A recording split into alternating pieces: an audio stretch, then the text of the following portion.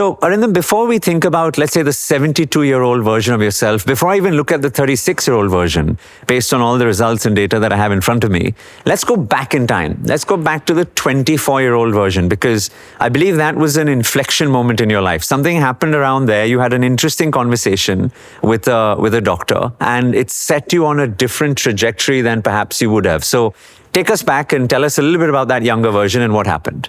So you can see 18 to 24 were the college years, right? And just like any 18-year-old, you feel invincible, right? In your like late teens and early 20s. Yeah. And you just think you could do anything and get away with it. So, and just like any other college in India, I had a lot of like, to put it mildly, let's say I enjoyed and had a very good time in those 6 years. Good. So as we all should do. As we all should, right? Yeah. So when I was 24,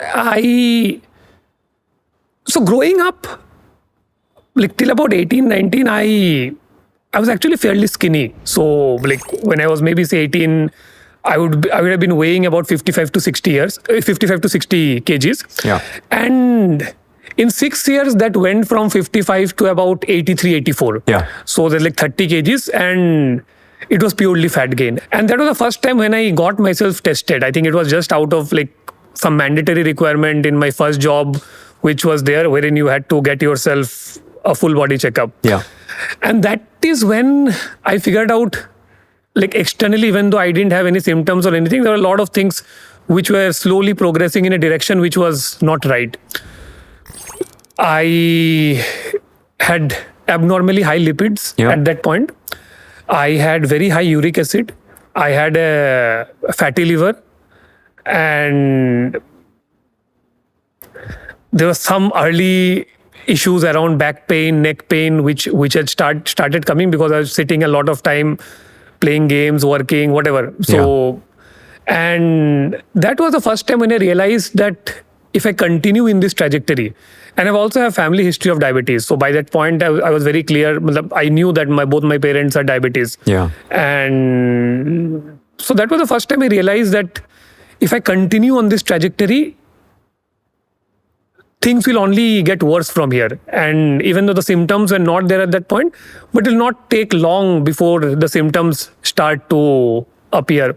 So that was a big wake-up call, and that made me prioritize health for the first time in life. So I think the moment that happened, right? Yeah. So there's a clear decision to focus on health. I think for the first 6 to 12 months, it was just about reducing your weight. Right. So I went down from 83, 84 to about 68, 69 in about 12 to 15 months. Right. And in that process, what happened was I started enjoying that journey. So I lost weight.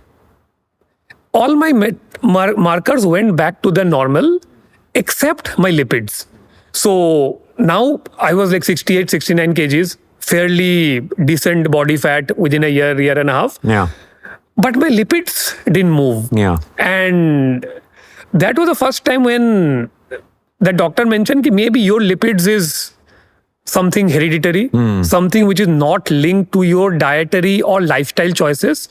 And maybe it's something that you need to solve for through medication. Right. And that was in 2015-16. That was way ahead of its time. I think lipids medication was not as common as it is today, especially for when you were in your mid-20s. Correct. But the doctor had seen that I had tried everything that I could do naturally. Yeah. I lost my weight. I was exercising. I was playing. There was no way you would look at me and say, this guy has high lipids. Yeah. And I was already doing everything in my control, and even then the lipids were not in place. Right. And that was also, I think, the first time that I had gotten my lipoprotein A, that is my LPA, tested. Yeah. And it came out very high. And the doctor also mentioned that it is also a metric that you cannot do something about it. It's a genetic marker. Yeah. And that's when he said you need to be on statins. Yeah. And 2021 onwards, like I have been on that medication, and like today whatever is there in my control, like controlling the lipids to a very manageable number and all those things are happening today. Yeah. And I really want to encourage everyone watching the show to appreciate this. So it's getting tested. It's about creating the lifestyle choices. And then it's about having honest conversations with your medical practitioner to appreciate what you need to do to prevent and protect for the long game. So thanks for bringing it up. I think that's just such an important thing for everyone.